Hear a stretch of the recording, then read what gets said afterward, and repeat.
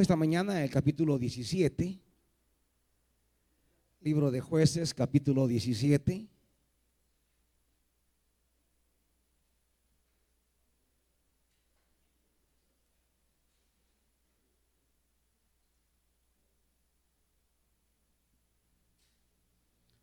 ¿Lo tienen, iglesia? Dice versículo 1 en adelante: en la región montañosa de Efraín había un hombre llamado Micaías, quien le dijo a su madre con respecto a las 1100 monedas de plata que te robaron y sobre las cuales te oí pronunciar una maldición: yo tengo esa plata, yo te la robé. Su madre le dijo: que el Señor te bendiga, hijo mío. Cuando Micaías le devolvió a su madre las 1100 monedas de plata, ella dijo: solemnemente consagro mi plata al Señor para que mi hijo haga una imagen tallada y un ídolo de fundición. Ahora pues te la devuelvo. Cuando él le devolvió la plata a su madre, ella tomó 200 monedas de plata y se las dio a un platero, quien hizo con ella una imagen tallada y un ídolo de fundición, que fueron puestos en la casa de Micaías. Este Micaías tenía un santuario, hizo un efod y algunos ídolos domésticos, y consagró a uno de sus hijos como sacerdote. En aquella época no había rey en Israel, cada uno hacía lo que le parecía mejor. Un joven levita de Belén de Judá, que era forastero y de la tribu de Judá, salió de aquella ciudad en busca de algún otro lugar donde vivir. En el curso de su viaje llegó a la casa de Micaías en la región montañosa de Efraín. ¿De dónde viene?, le preguntó Micaías. Soy levita de Belén de Judá, contestó él, y estoy buscando un lugar donde vivir. Vive conmigo, le propuso Micaías, y sé mi padre y sacerdote, y yo te daré 10 monedas de plata al año, además de ropa y comida. El joven levita aceptó quedarse a vivir con él y fue para Micaías como uno de sus hijos. Luego Micaías invistió a levita y así el joven se convirtió en su sacerdote y vivió en su casa. Y Micaías dijo: ahora sé que el Señor me hará prosperar, porque tengo a un levita como sacerdote. Padre,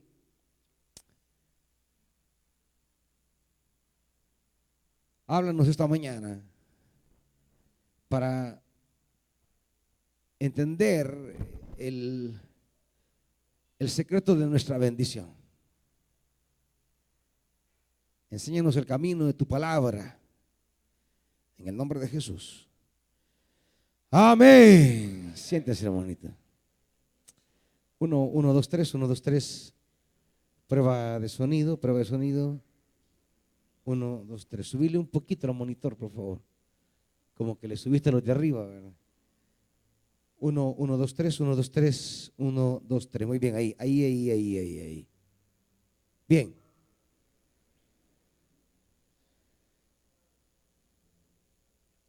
Acaba de cerrarse el episodio de Sansón. Se acaba el periodo de los jueces. Sansón, el último juez relatado en este libro, termina derrotado, ciego, y diríamos que se suicida.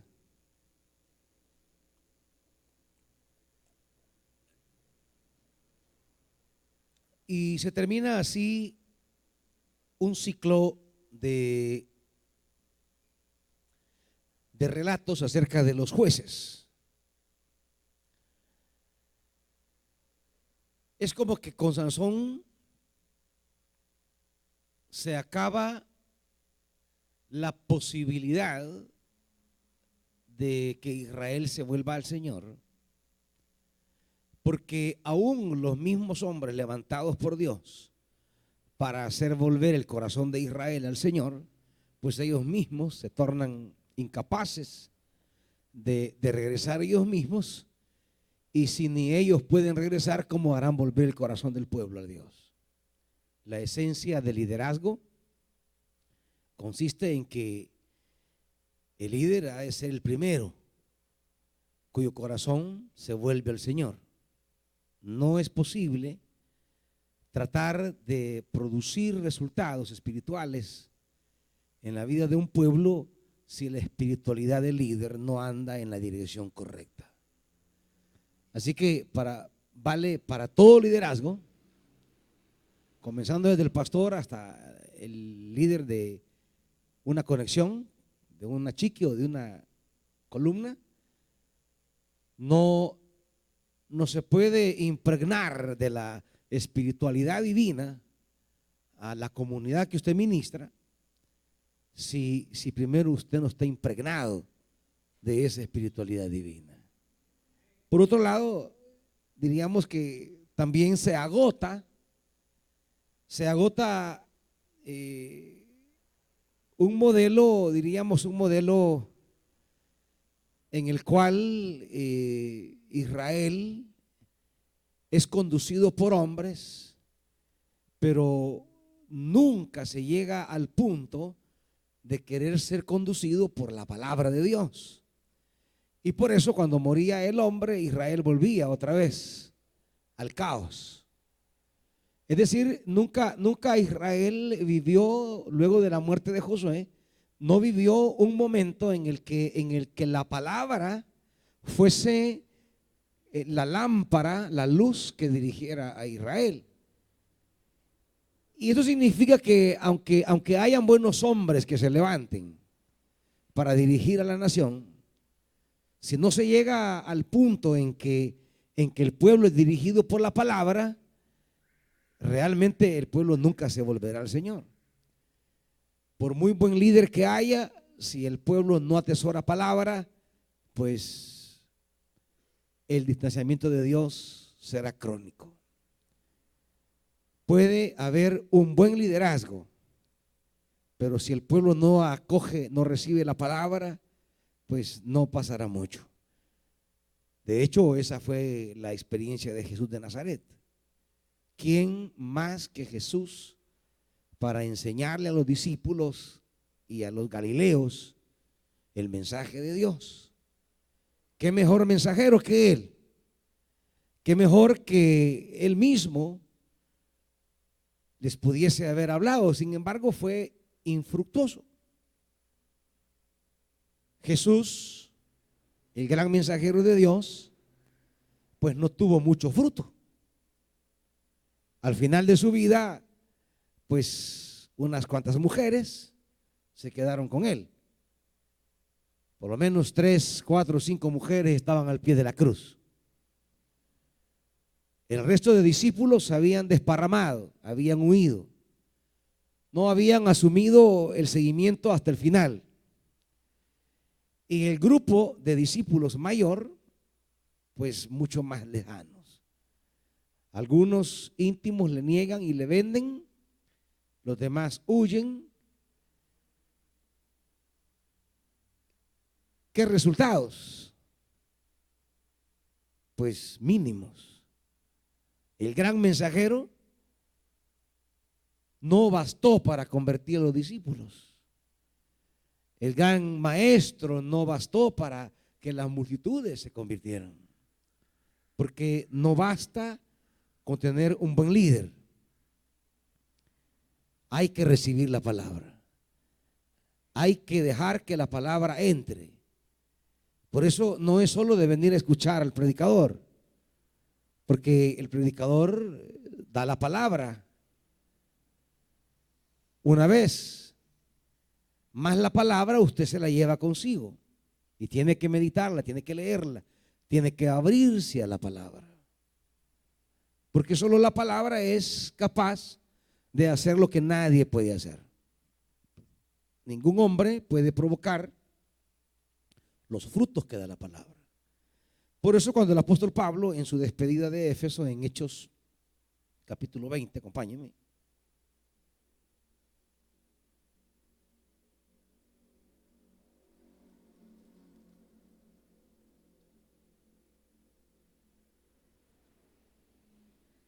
Él está despidiéndose en el capítulo 20.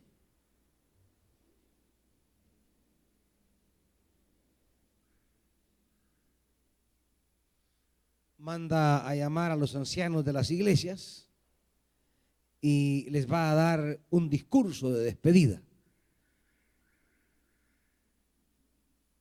Y dice, cuando él está despidiéndose, dice capítulo 20,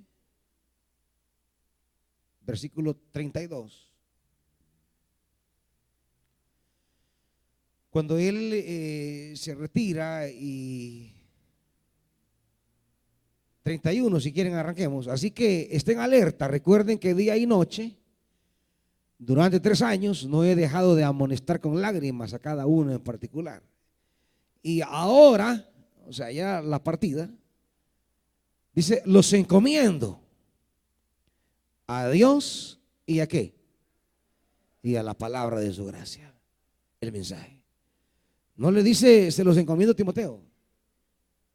No dice, se los encomiendo a Bernabé, se los encomiendo a Pedro. No, no, no. Porque los hombres, al igual que él, un día van a dejar a la comunidad. 3 años ha estado él predicando en Éfeso y tomando a Éfeso como el eje misionero de todo Asia Menor. 3 años y medio ha estado él ahí, predicando, misionando, exhortando, levantando la obra. Hoy ha llegado el momento de partir. La comunidad se va a quedar huérfana, huérfana de un líder. Sin embargo, no se lo delega a otro líder. Dice, ahora los encomiendo a Dios y a su palabra. Y sigue diciendo, palabra que tiene poder, ¿para qué? Para edificarlos y darles herencia entre todos los santificados. La palabra. Usted puede de repente prescindir de un líder por razones que sean, pero jamás puede prescindir de la palabra. Y claro, el ministro será decisivo para su espiritualidad cuando el ministro fundamenta su ministración en la palabra. Y esa es la preocupación mayor que tenemos en Betania, que todo el que predica y ministra lo haga a partir de la palabra, porque ella es la única que tiene poder para edificar. Si usted no se deja ministrar de la palabra, pues nunca será edificado. Y por eso es que mucha gente es un proyecto espiritual inconcluso, porque nunca termina de edificarse, nunca termina de ser edificado, porque la palabra no tiene la cabida que debe tener en su corazón. La palabra no tiene el lugar que debe tener. Por eso volvemos a Jueces. Digamos que con el libro de Jueces se cierra aquí un ciclo en el cual ya no envía a Dios ningún hombre, porque ha pasado 2 cosas. Los hombres no han estado necesariamente a la altura, todos, algunos sí, otros no, a la altura del liderazgo que reclama la condición espiritual de Israel. Y por otro lado, el pueblo se dejaba o respondía a veces al líder, pero no a la palabra. Y es importante, por sobre todas las cosas, que el pueblo responda a la palabra. De ahí que como líderes nuestro compromiso es proclamarles la palabra. Ya ustedes, si le dan cabida o no.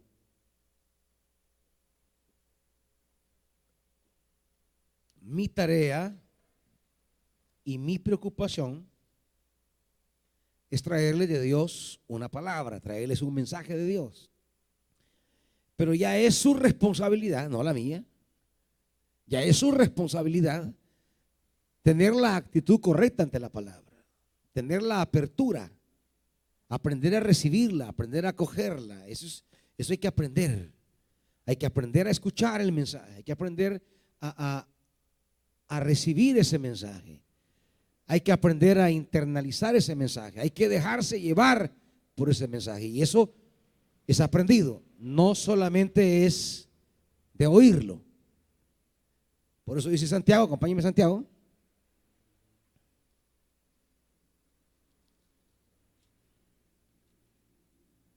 Santiago capítulo 1.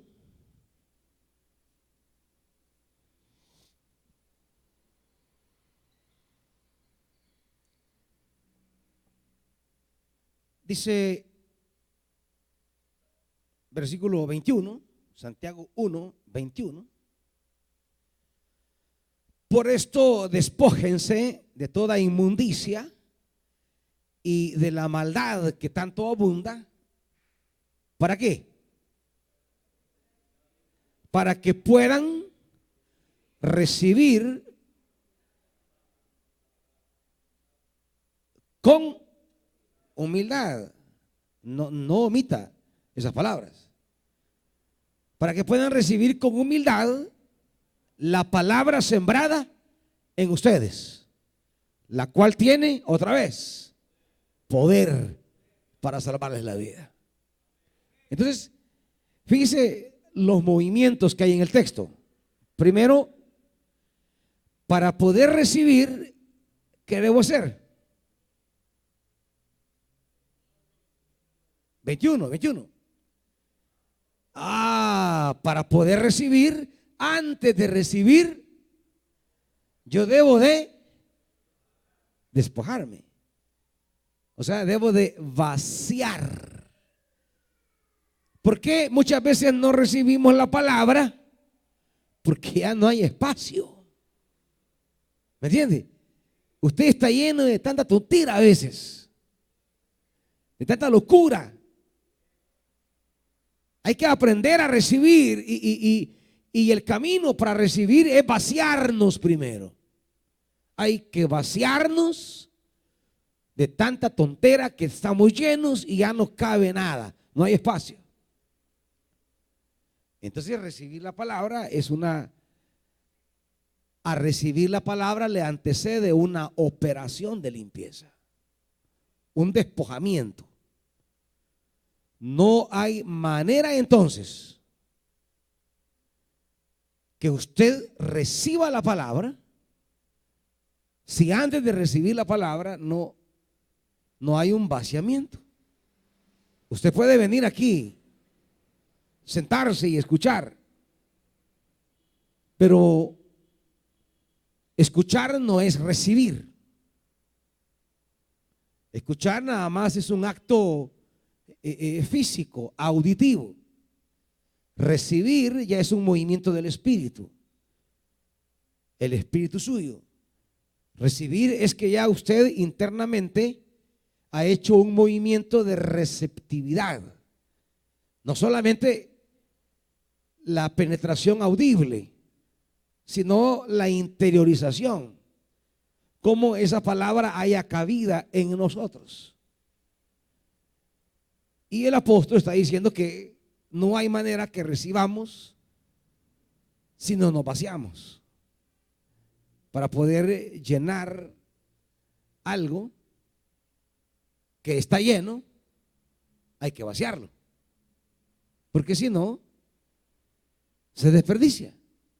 Al no hallar espacio, se rebalsa, se bota y no recibe. Eso es lo primero, hermanitos. Si usted quiere aprender a recibir la palabra, tiene que venir con ese despojamiento. Fíjese bien, porque más adelante la palabra volverá a insistir en esto. Hay que despojarse, hay que vaciarse. Si no, la palabra no encuentra dónde entrar. Y la palabra tiene dos cualidades. Por un lado, la palabra es débil. Es débil. Porque la palabra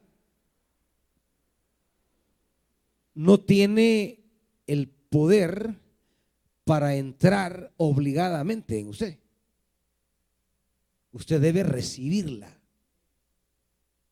La palabra no puede entrar abruptamente. La palabra le llega, pero no va a entrar a patadas a su corazón. La palabra llega, pero recibirla es tarea suya ya. Entonces, la palabra tiene esa cualidad, es débil. Es débil en el sentido de que se da, pero puede ser rechazada. Esa es su debilidad. Puede quedarse a la puerta y no entrar. Se queda en lo externo y no penetrarle. Esa es su debilidad. Su debilidad es que para que la palabra desarrolle su segunda cualidad, que es que la palabra tiene poder, pero para que la palabra desarrolle esa cualidad y desate el poder de Dios en usted, usted debe recibirla, debe acogerla, debe darle entrada. Es igual que Jesús.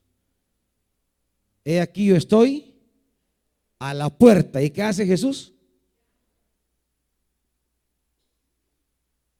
¿Agarro a patadas la puerta? No. ¿La derribo? No. Solo toco. Toca. Si alguno abre la puerta, si alguno, es decir, el que quiera recibir la palabra.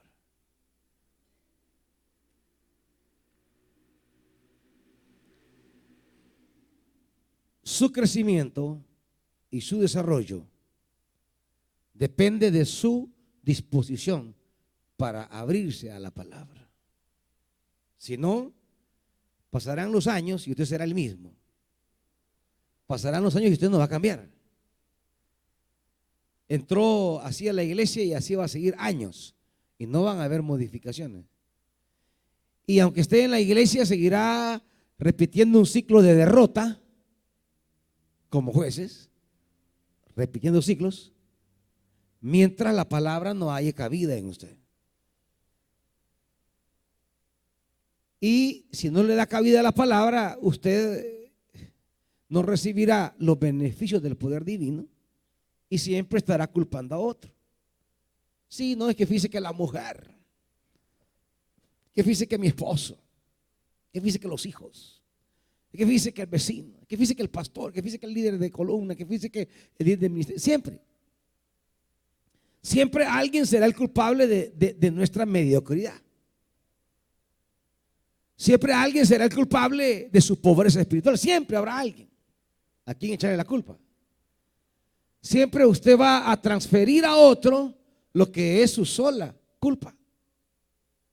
Siempre estará echándole la culpa a otro de su mediocridad espiritual.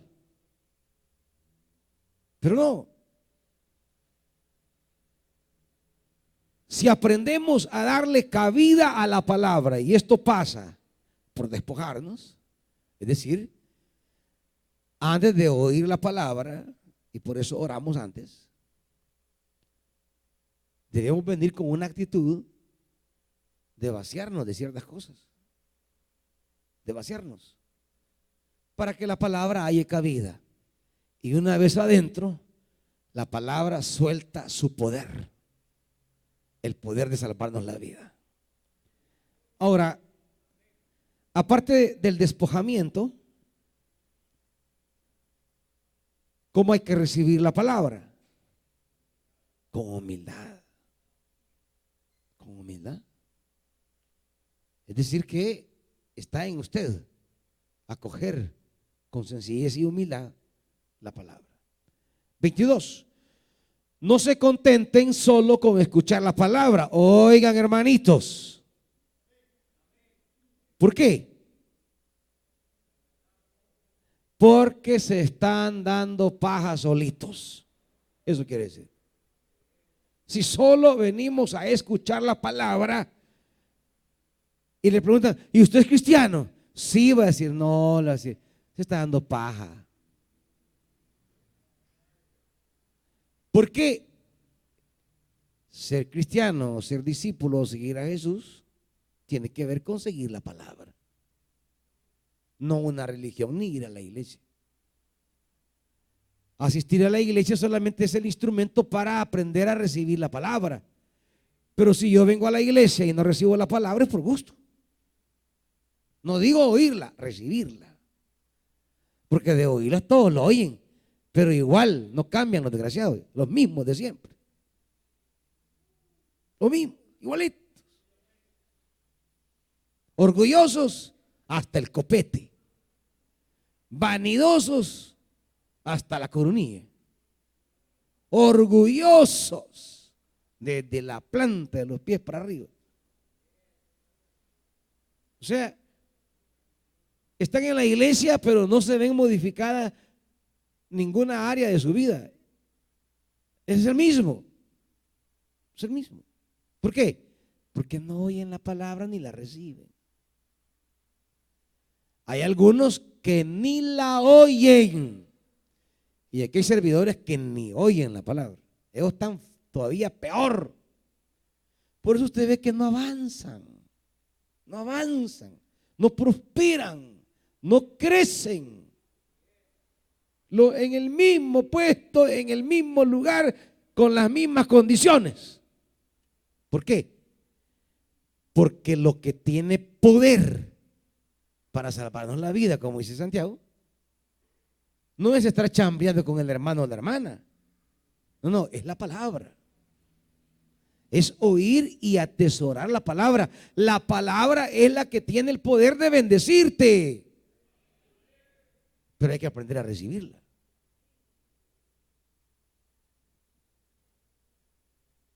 No se contenten solo con escuchar, pues así se engañan ustedes mismos. Llévenla a la práctica. Ahora, ¿por qué hago esta introducción respecto del lugar de la palabra? Porque en el capítulo 17 de Jueces hay un anhelo de ser bendecido. Hay un anhelo. Es más, usted arranca en el capítulo 17 y, por ejemplo, en el versículo 2, ¿qué palabra aparece?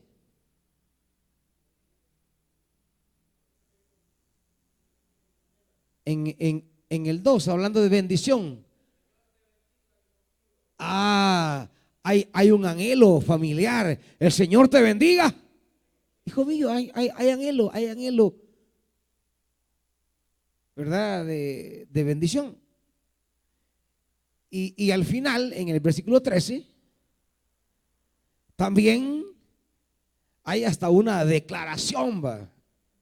¿Y qué dice Micaías? Ahora sé que el Señor me hará prosperar. El pasaje está lleno así como de mucho positivismo.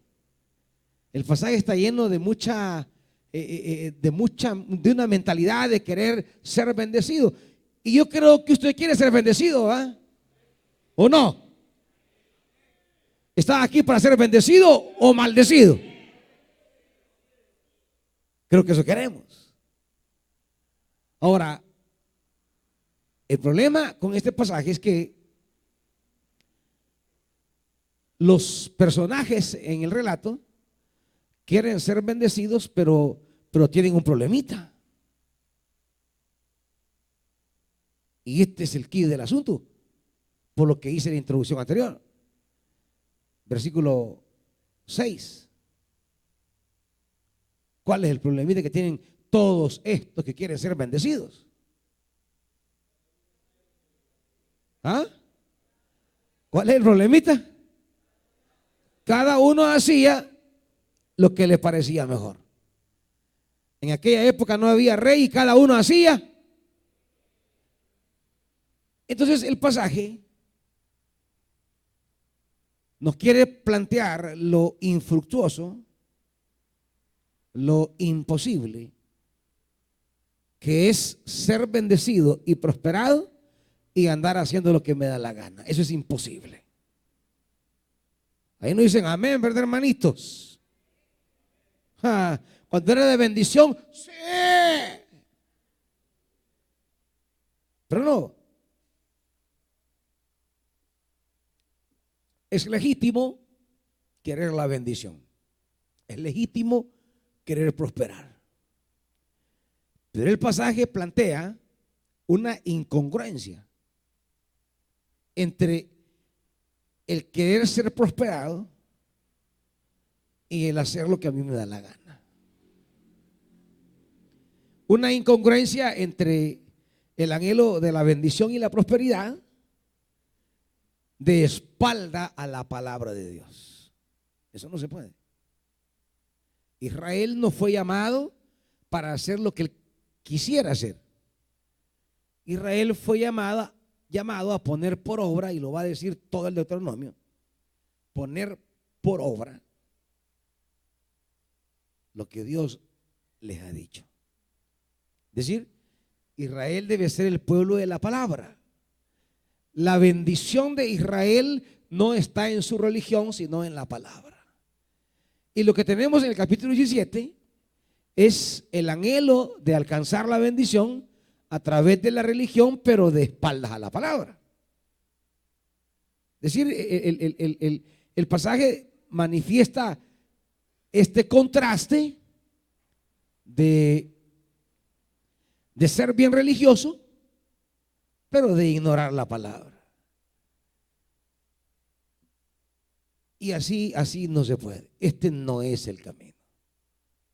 Lo que el relato sencillamente trata de enseñarnos es que es impensable, es imposible que usted quiera ver días mejores, días prosperados, días bendecidos, días de acompañamiento con Dios, pero que a usted le valga la palabra.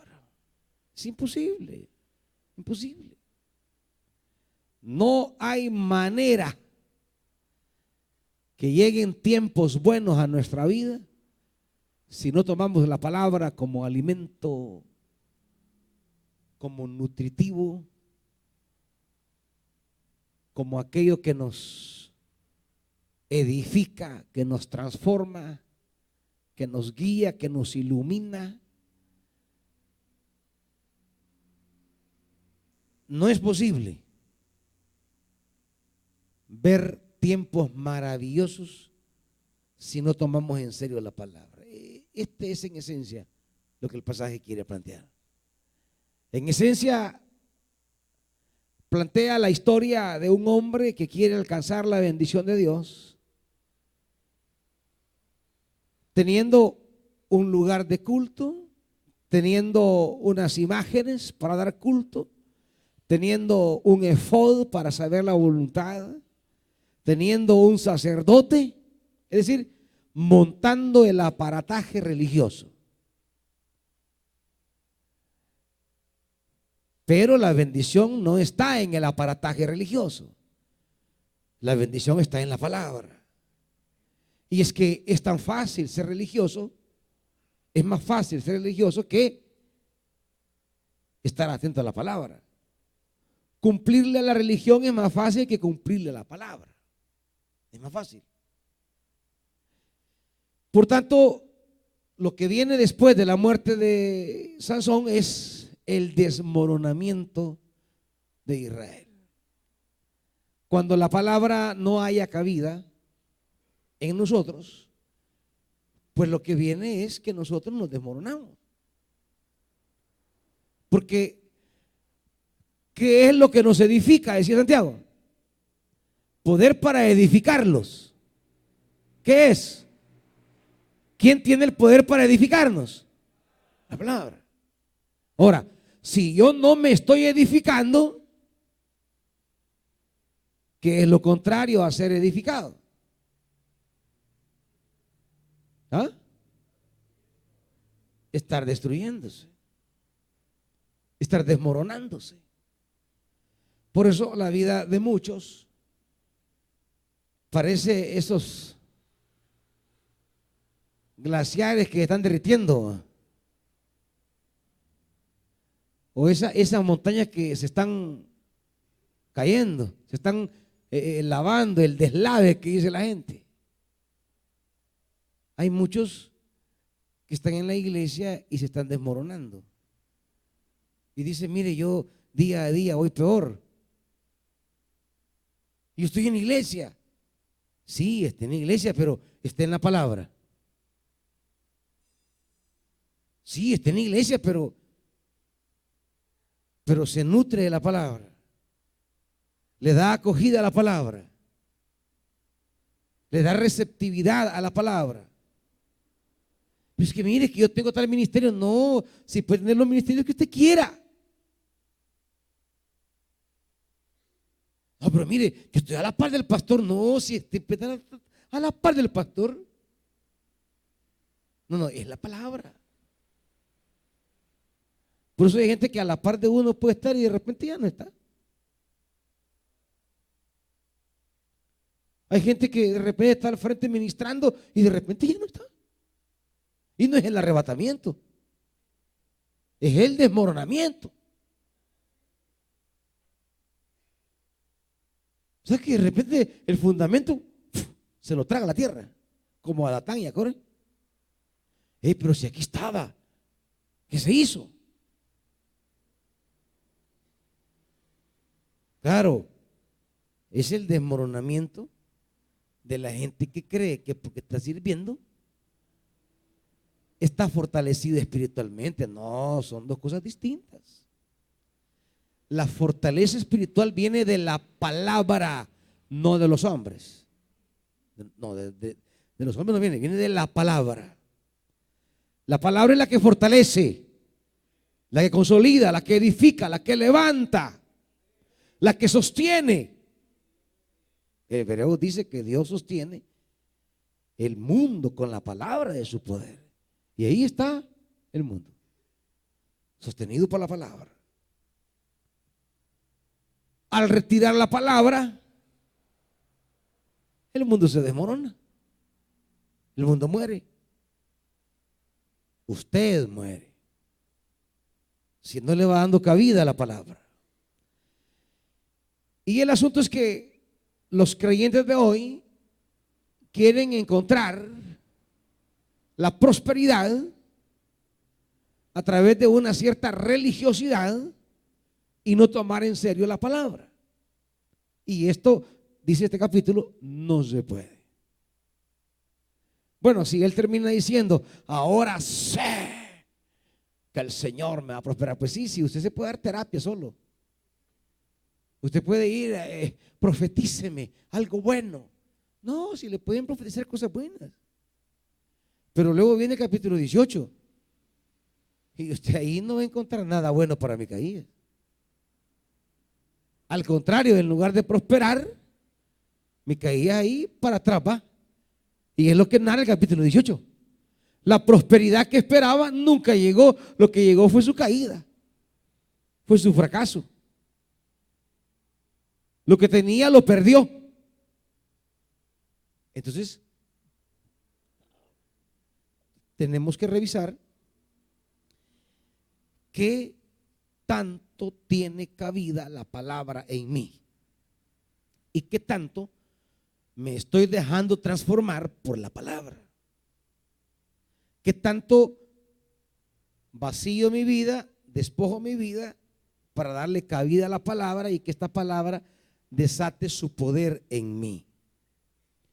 Y cuando la palabra está dentro, esa palabra es maravillosa, hermanita.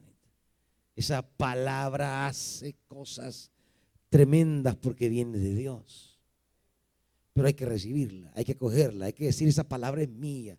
Yo tomo esta palabra, yo la voy a hacer mía mañana, tarde, noche. Por eso dice el Salmo. Salmo 1. Dichoso el hombre, versículo 2, Salmo 1, que se deleita ¿en qué? En la palabra. Se deleita. Así como usted agarra, ¿verdad? Es sopón de patas. Ay, qué rico esto. Más se anda medio heridito. Con qué placer lo agarra. El sopón de gallina, va con la gallina asada. Qué rico, dice usted, me encanta esto. ¿Y cuántos comen así la palabra? ¿Cuántos en su casa leen una palabra y dicen, qué rica esta palabra, Señor, que esta palabra se cumpla en mi vida? ¿Cuántos? ¿Cuántos se deleitan en la palabra? Si cuando de ustedes el único momento que leen la Biblia es cuando vienen al culto y oyen la predicación. Y a partir de ahí no vuelven a tocar esa Biblia y así quieren prosperar. No, se deleite en la palabra.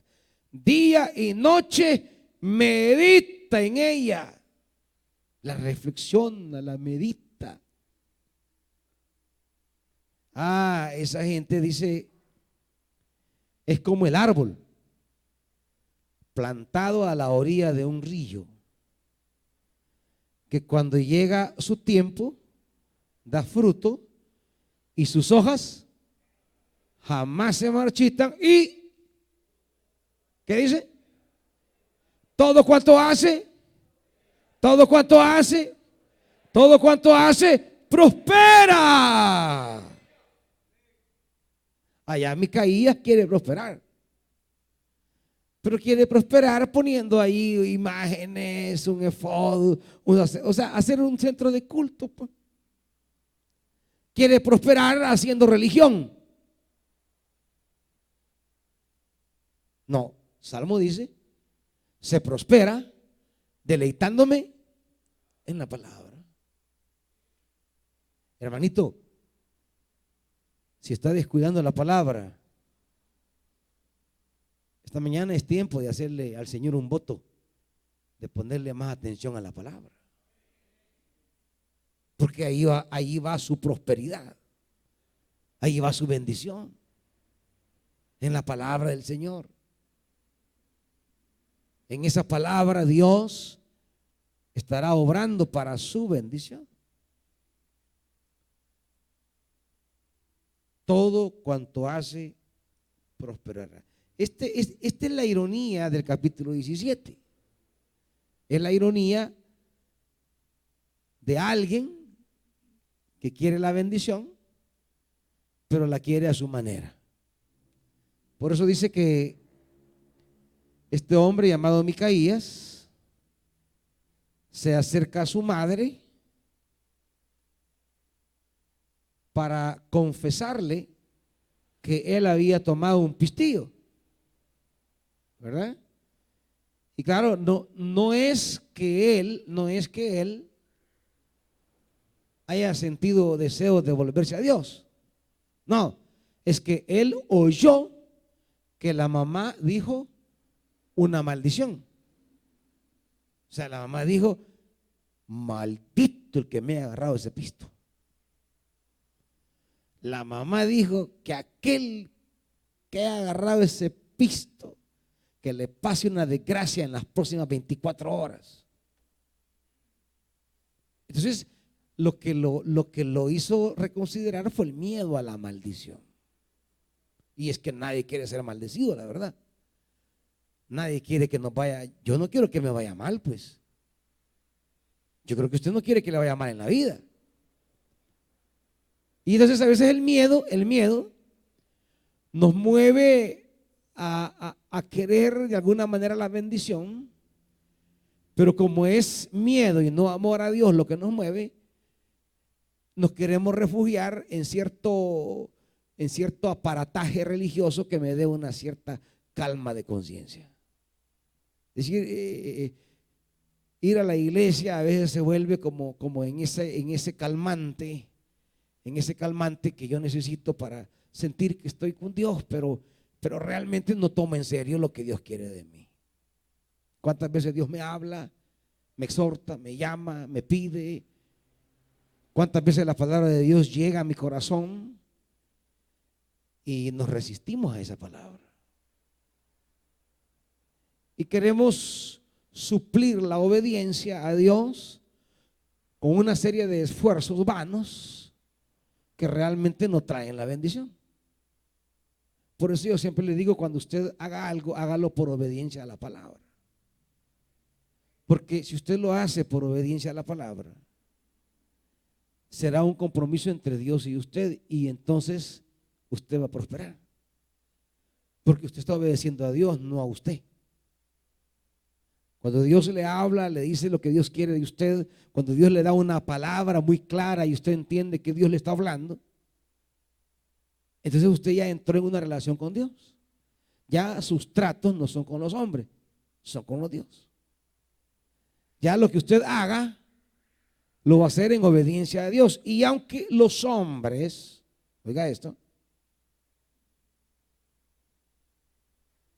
y aunque los hombres no valoren, no le agradezcan, ese no será problema para usted.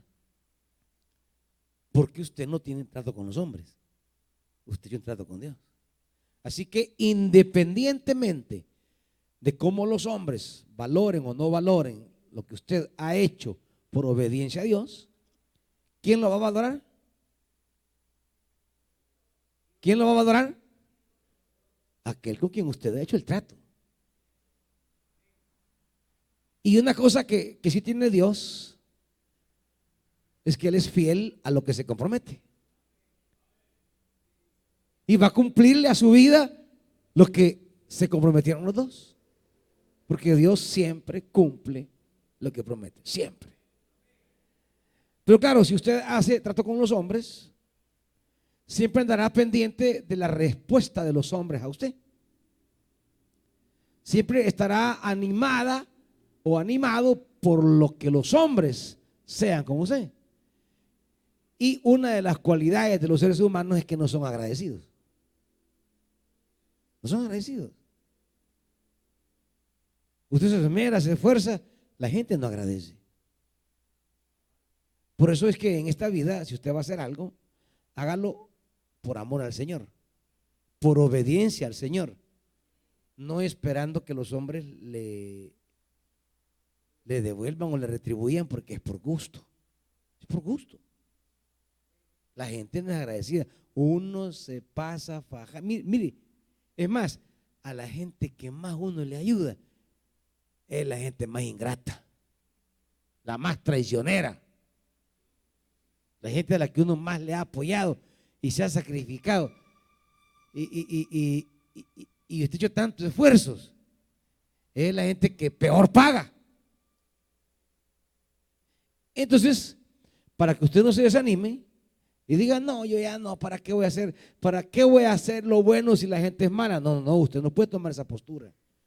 Usted debe seguir haciendo lo correcto y lo que debe hacer, porque usted lo debe hacer por Dios y no por la gente. Así, si la gente agradece o no, eso no, a usted ya no le importa, porque su trato es con Dios. Y sabe, Dios siempre agradece. Dios siempre, siempre agradece. Y Dios siempre nos lo devuelve multiplicado. El desagradecido pues no le va bien, pero él pierde. Usted haga lo que tiene que hacer y eso es lo más importante. Entonces, Micaías, por miedo a la maldición, le confiesa a la madre el robo. Y la madre, como una manera de anular la palabra de maldición que había dado, hoy da una palabra de bendición. El Señor te bendiga, como digamos en el concepto hebreo del hablar de la palabra tiene una independencia de la voluntad de uno. En el pensamiento hebreo, cuando el hombre dice algo, ya no lo puede revertir. Porque ya la palabra, al salir, agarra camino propio y yo ya no puedo cambiarla. Por eso cuando Isaac bendice a Jacob, engañado por Jacob, le da toda una bendición, ¿se acuerdan? Y cuando llega Esaú, y papá, te traigo la comida, ¿de quién eres, hijo? Soy Esaú, tu hijo. ¿Qué?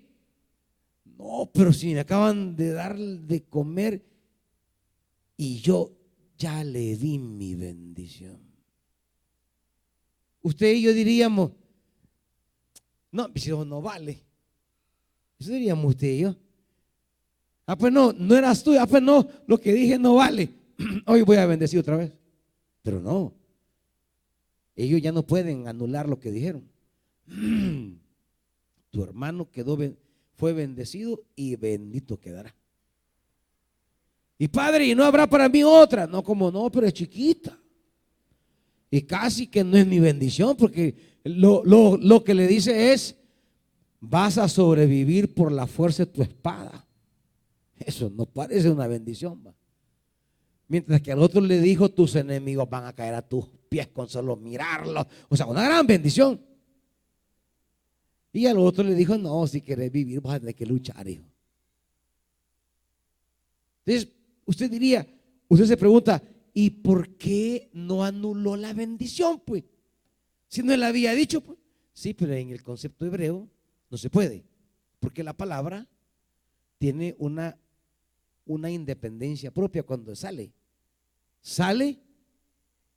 y va a realizar aquello para lo cual fue enviada. Entonces, la mamá primero dio una palabra de maldición, ahora da una palabra de bendición. ¿Y qué espera la mamá? La mamá espera que la palabra de bendición alcance a la palabra de maldición y la anule. ¿Me entienden? Esa es la idea. Ahora, pero ¿cómo puede haber bendición cuando un hijo le está robando a la mamá? ¿Ah? ¿Cómo puede haber bendición? ¿Cómo puede haber bendición si le están bajando al hermano? ¿Cómo puede haber bendición si le están robando a Dios? ¿Cómo puede haber bendición? Mire, si aquí me decía una hermanita, aquí hemos tenido unos casos, pastor, me escriben, ahí le mandé el diezmo. Ay, ¿con quién? Le dije a mi hija que se lo dejara a alguien ahí y dice que se lo dio a un ujier. ¿Y cuándo fue eso? Tal fecha. Vamos, porque tenemos todos los registros y yo reviso diezmo por diezmo. Yo reviso, oramos por los diezmos y llevo el control de todos los diezmadores y los pagos que cada quien hace con sus votos. Y le digo: no, hermana, aquí no hay ningún diezmo suyo. Aquí no hay ninguna ofrenda especial suya. ¿A quién se lo dieron? A alguien se lo dieron ahí vestidito, bien formalito, y como lo vieron con corbata y con saco, dijeron: este es un santo varón de Dios. No, hombre, es un gran ladrón. Porque de diezmo no llegó. Ahora, ¿así va a prosperar? No. Que se esté bombeando la ofrenda de la chiqui, de la conexión o de la columna. No, ahí no va a haber bendición nunca. Nunca. Jamás. No hay manera. No existe.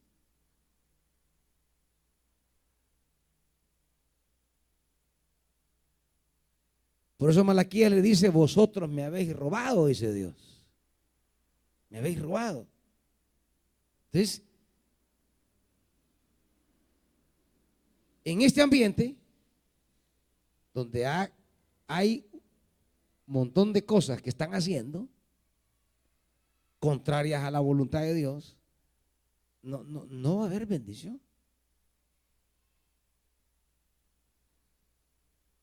Y sigue diciendo: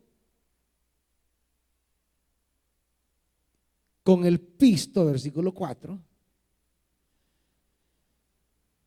Bueno, para empezar, la mujer dice: consagro mi plata al Señor. ¿Y cuánto era la plata? 1,100. ¿Y cuánto dio en el 4? ¿Ah? ¿Cuánto dio? O sea, hay una cantidad aquí que no sabemos qué se hizo. ¿Cuánto es? 900 monedas de plata que no sabemos para dónde agarrar. Consagro al Señor mi plata, las 1,100 que me devolvió, se las consagro al Señor. Pero claro, una cosa es cuando ya tiene la plata en la mano. No, hombre, con 200 basta. Sí, la consagro al Señor, pero con 200 basta. Esto me huele a Ananías y Zafira, ¿va? Huele a esa historia de Acán. Cuando ofrecemos cosas a Dios que no las cumplimos. Cuando le hacemos promesas a Dios que no las tomamos en serio nosotros.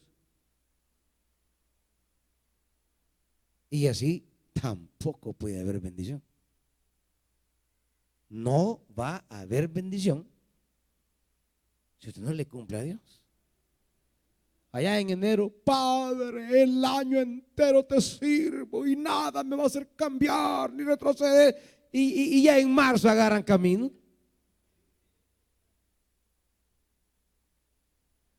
Padre, yo te prometo subir a los 3 ciclos a servirte. Ni a uno han ido. Ni a uno ha subido.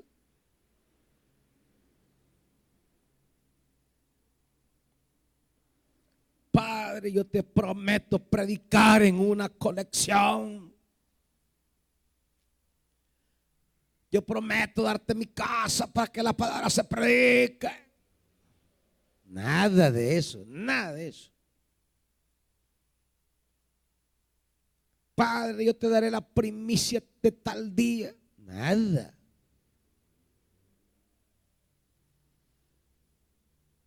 Las promesas de Dios se cumplen, aunque nos toque lo que nos toque. Ahí aparece Jefté, que hizo un voto al Señor, ¿se acuerda? Cuando iba a pelear, va, Señor, si me das la victoria, lo primero que salga a recibirme, eso te voy a ofrecer. Quizá él pensaba en la mujer, que está yendo, voy a hacer un voto para hacerme de la mujer. Según él, la mujer le iba a recibir, ¡qué campas! Cuando va saliendo la niña contenta a recibirla, papá, ya veniste de la guerra, y se destroza el alma de Jefté.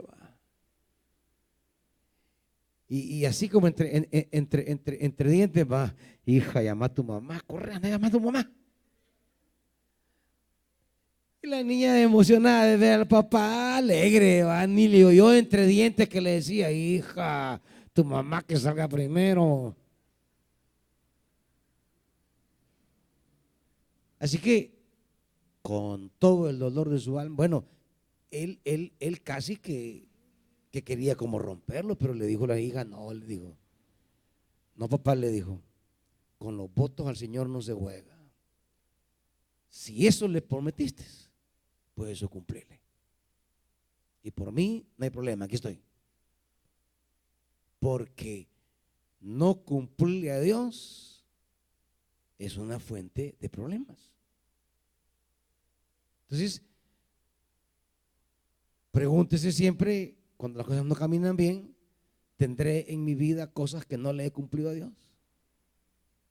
Miren, hermano, eso es tremendo, eso es tremendo. Yo le dije a ustedes que yo había hecho un voto hace un par de años. Hice un voto al Señor. Y me hice el mareado después, va. Me hice el mareado. Y las cosas estaban complicadas. Las cosas no me estaban saliendo. Y un día en una predicación, Dios me habló y yo recordé ese voto. Y le dije al pastor Amílcar, mira, le dije, yo ya sé por qué estamos mal en esto, le dije. Es que fíjate que yo le dije al Señor un voto, le dije. Yo le prometí un día al Señor y no lo he hecho. Y estamos, le dije, en el momento más difícil para hacer ese voto. En el momento más complicado. Pero lo tengo que cumplir, le dije. Así que vos vas a ver te pongo a vos de testigo y vas a ver los cambios.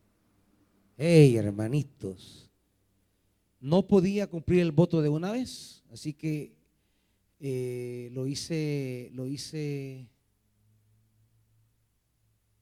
en 5 pagos.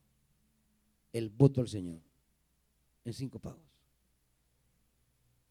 Pero lo que les quiero decir, hermanita, es que desde el primer pago que hice de mi voto,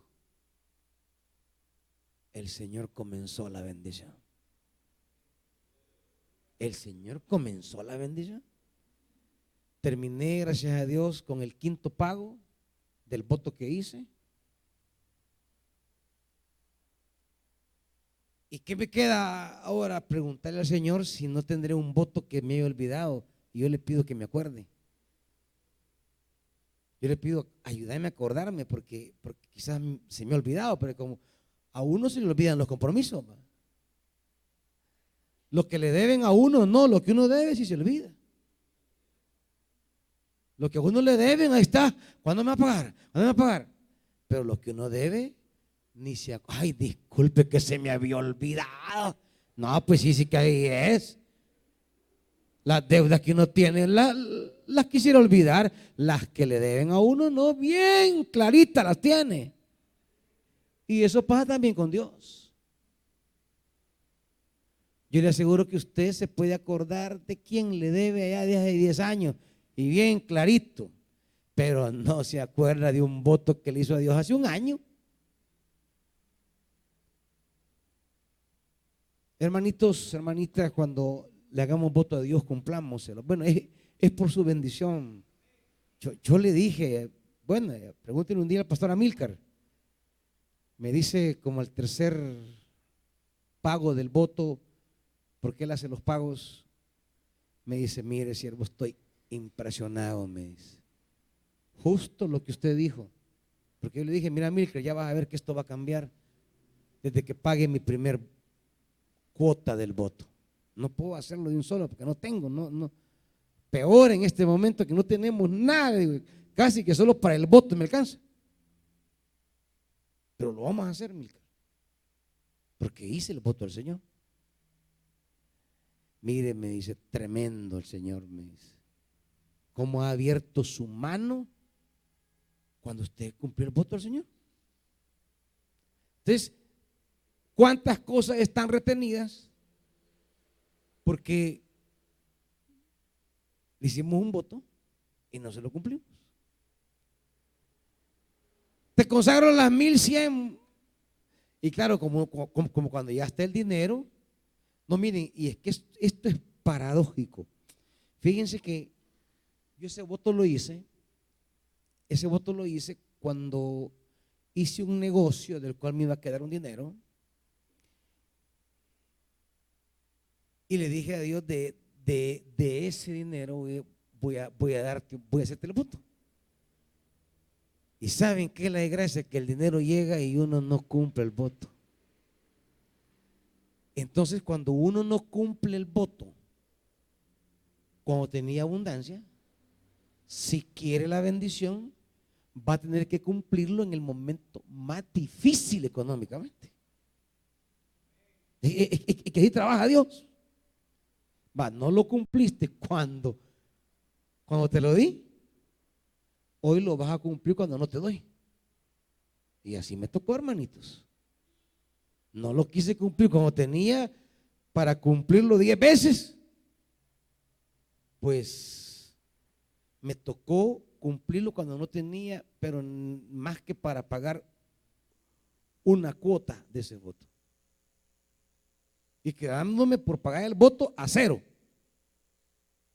Pero me entró una agonía espiritual de hacerlo, aunque me quedara 0. Y Dios fue bueno, Dios fue fiel, porque Dios es fiel a los tratos, Él es fiel, Él no falla. Si el que se lo olvide es uno. Uno cuando ya ve el dinerito, ya no quiere pagarle al Señor. Es que no es lo mismo hacer el voto cuando no hay, cuando hay. ¿verdad? Porque cuando ya lo tiene constante y sonante ahí, a usted se le vienen muchas ideas, va. Y que con esto puedo hacer esto, puedo hacerlo. Y se aloca. Se aloca. No. Antes que me aloque, esto es del Señor. Ni lo vuelvo a ver. Va, ¿qué hago con esto que me queda? Y gracias a Dios, Dios honra a los que le honran. Usted le cumple, Él le cumple. Esta mujer le consagra al Señor la plata, pero no se la consagra en la práctica toda. Y sigue el relato.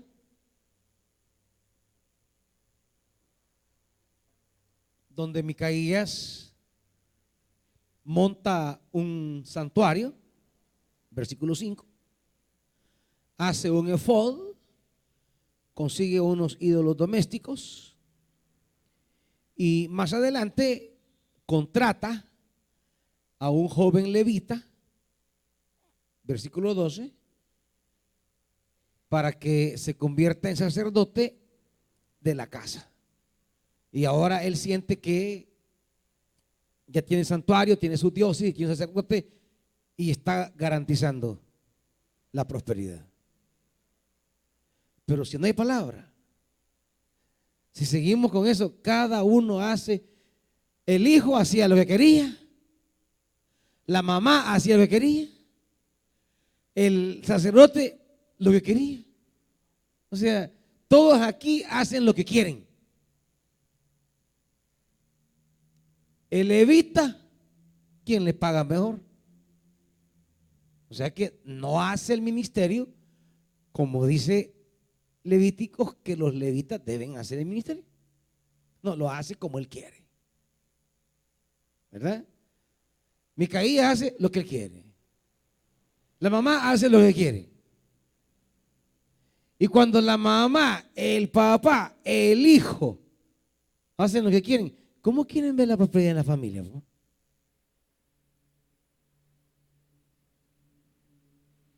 Cuando usted como siervo aquí de la iglesia hace lo que quiere, ¿cómo quiere ver la bendición? El pastor le dice, mira, hace esto. No, lo contrario hace. Mira, no vayas ahí, ahí va el cabezón. Yo por eso, yo le doy la palabra. Allá usted si se va en la torre donde era, yo ya no estoy amargando por usted. O sea, yo le doy la palabra, pues. Pero si usted es un terco, un necio, ¿y yo qué voy a hacer, pues? Solo ver cómo se va desmoronando. Y el que quiera meter en mis manos, ¿cómo voy a detener eso? Pero es bien bonito cuando uno le dice a la gente el consejo de la palabra y la gente obedece y uno ve su crecimiento, su prosperidad, su bendición. Y uno dice, así debe ser la cosa. Pero si cada uno hace lo que quiere, ¿cómo pues? No había rey. O sea, no estaba la persona transmisora de la voluntad de Dios. Y cada quien hace lo que quiere.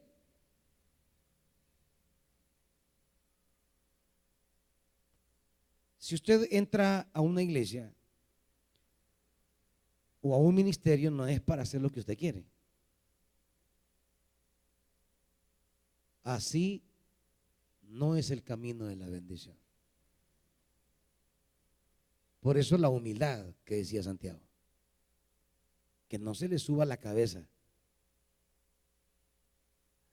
Quiero terminar con un paralelo para cerrar. Si el capítulo 17 nos plantea lo imposible que es buscar la bendición y la prosperidad, si cada quien hace lo que quiere.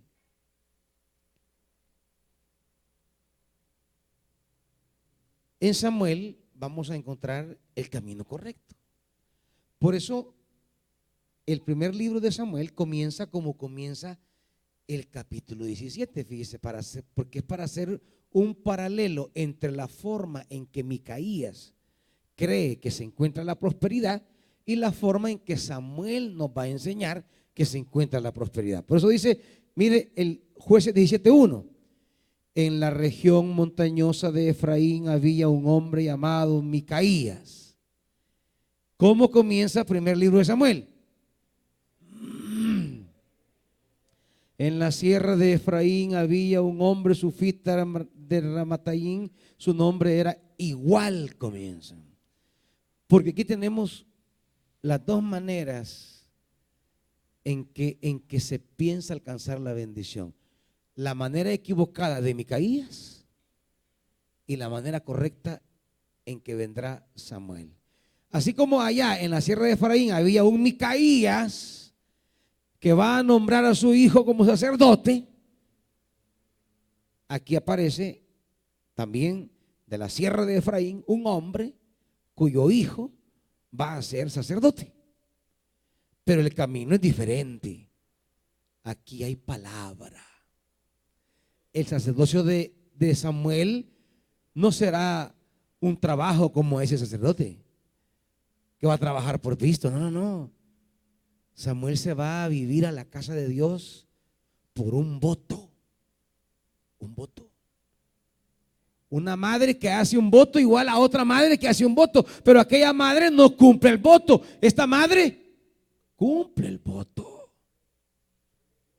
Aquella no cumple el voto por 1100 ciclos de plata. Esta por su hijo. Y esta cumple el voto. Aquella no es capaz de cumplir un voto de pisto y está viendo a su hijo. Imagínense en su embarazo, el apego al niño, darle de amamantar, el desvelarse con él, el cuidarlo, el verlo crecer. Y cuando comienza a hablar y dice, mamá, o sea, qué duro haber sido para Ana. Pero una vez destetado, Ana ve a su hijo y se le quiebra el alma. Pero dice, yo se lo prometí al Señor. Yo hice voto al Señor. Y va al templo, al santuario, un santuario de verdad. No como el de Micaías, un santuario de mentira. Él lo había inventado. Y llega donde Elí y le dice, aquí le traigo mi hijo. Esa es una de las escenas que a mí más me impactan. Porque aunque el texto no lo narra, usted tiene que imaginárselo. Cuando lleva al niño, Elí quizás sorprendido. Pero ¿por qué me traes un niño? ¿Y qué hago yo con este bicho aquí? Y ver a la mamá llorando, porque ¿cómo no va a llorar? Pues? Y a veces uno dice, no, mire, ¿por qué trae esto? No lléveselo si usted sufre por esto. Pero no, Elí no puede decidir sobre el niño porque no es a él que se lo ha ofrecido. Y le dice, bueno, se lo ha ofrecido al Señor, está bien, ¿y qué voy a hacer yo? Pues a mí se me quiere el alma verte chillar, dejarte a tu hijo aquí. Pero se lo ofreciste al Señor y yo solo puedo recibirlo. Pues. Ni Elí imaginó que en la recepción de ese niño los tiempos iban a cambiar maravillosamente. Samuel es la contraparte de todo lo que se narra en el 17.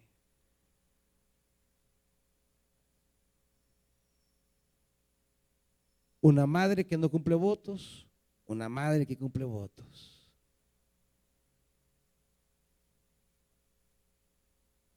Un sacerdote que no va a servir para nada, porque es un mercenario realmente.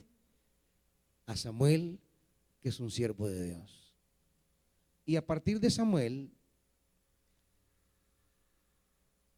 las cosas van a cambiar. Capítulo 7 y aquí cierro.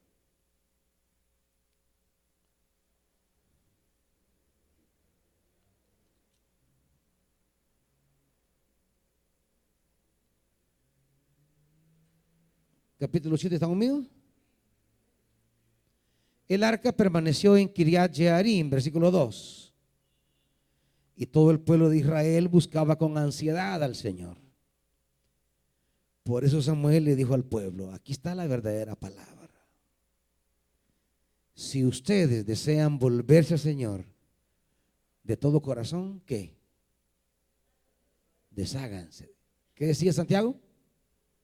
Despójense. Desháganse de los dioses extranjeros y de las imágenes de Astarte. Dedíquense totalmente a servir sobre el Señor y Él los librará del poder de los filisteos. Este es el camino. Es el camino que señalaba la palabra de siempre. No a los dioses, servir solo al Señor. Amar y servir solo al Señor. Por el Señor, para el Señor. Y entonces Él va a derrotar a sus enemigos. Y en efecto, así fue al final del capítulo 7.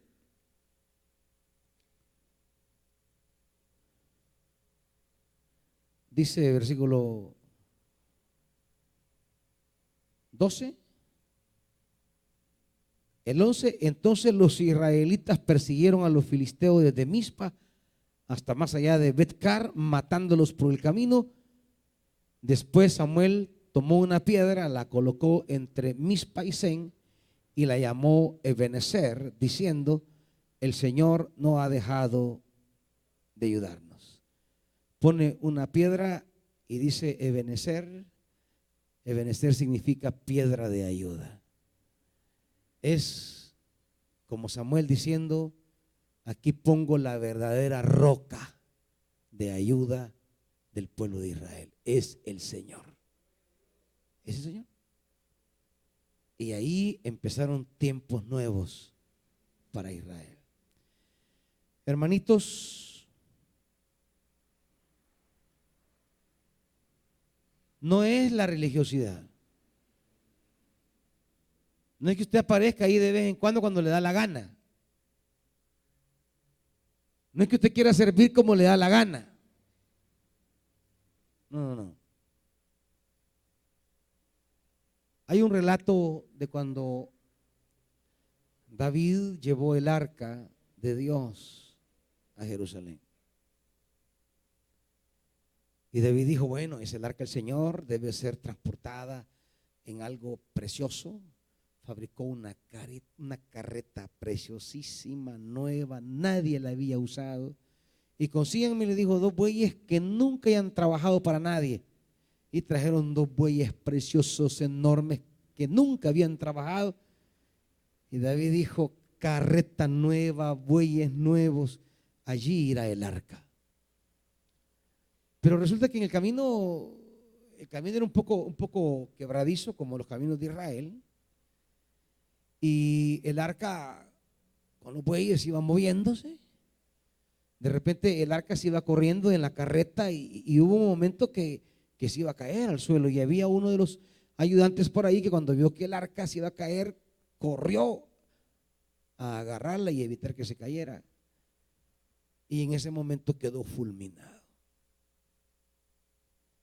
Y David, lleno de temor, dijo: no, dijo, no sigamos más. Y había por ahí, estaba un señor, Obed-edom, ahí dejen la carreta, dijo.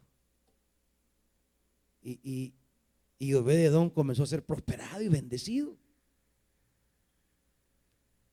Pero David tenía aquello y le llegaron a decir: mira, Obed-edom está siendo bendecido por la presencia del arca. Y David dijo: yo quiero el arca, yo quiero esa bendición. Pues sí, usted puede querer la bendición, pero si hace lo que le da la gana, el pastor le predica, le aconseja, le enseña y usted le vale chonga, no espere prosperidad. Entonces dijo David: no, yo quiero esa bendición, dijo. ¿Y qué pasó, pues? Y se va a leer, esto la regué, dijo: el arca solo puede ser transportada por levitas consagrados en sus hombros y nadie más puede tocarla. Así que contento, vaya muchachos, prepárense, arréglense y vamos a traer el arca porque Y cabal, y venían contentos y nada pasó.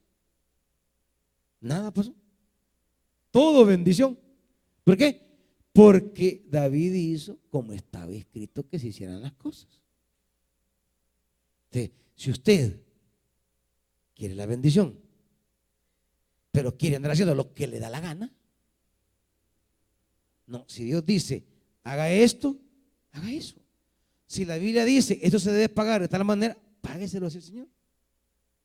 No es como usted piensa, como usted cree, como usted le da la gana. Es como Él ha dicho en la palabra. Y entonces todo le va a ir bien. Pónganse de pie, hermanitos.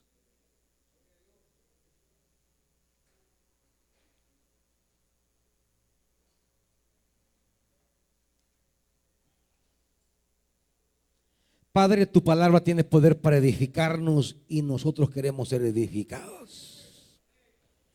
Tu palabra tiene poder para bendecirnos y queremos ser bendecidos.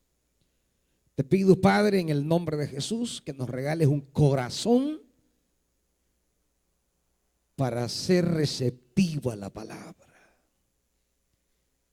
Que nos des amor por leer y meditar la palabra. Por cumplir lo que tú nos vayas pidiendo en esa palabra.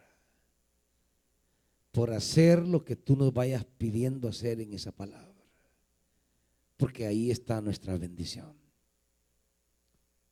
En la palabra. No en mis gustos, no en mi manera de pensar, no en mi imaginación. En la palabra. ¿Cómo está su relación con la palabra, hermanito? ¿Cómo está? No me lo diga a mí, dígaselo al Señor. Yo solo le hago la pregunta. ¿Cómo Dios está obrando en usted a través de la palabra? ¿Cómo usted recibe y acoge la palabra?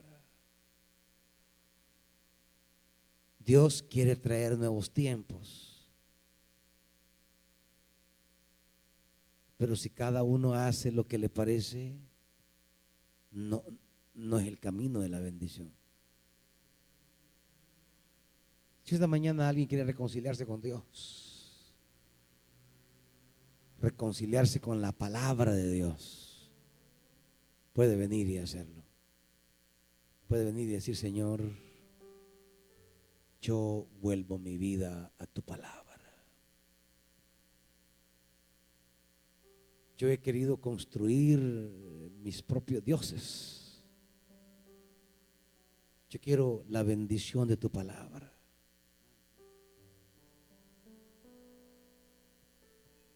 Si alguien quiere reconciliarse con Dios o entregarle su vida al Señor, venga y entréguesela. Padre, haznos cercanos a tu palabra, para ver en nosotros la bendición que esa palabra trae. Padre, bendice a Betania con ser un pueblo amante de la palabra, cumplidor de la palabra. Porque yo quiero ver las familias de mis hermanos bendecidas, pero recibiendo la palabra con humildad. Te lo pedimos, Padre, en el nombre glorioso de Jesús. Amén. Saluden, hermanos, unos a otros.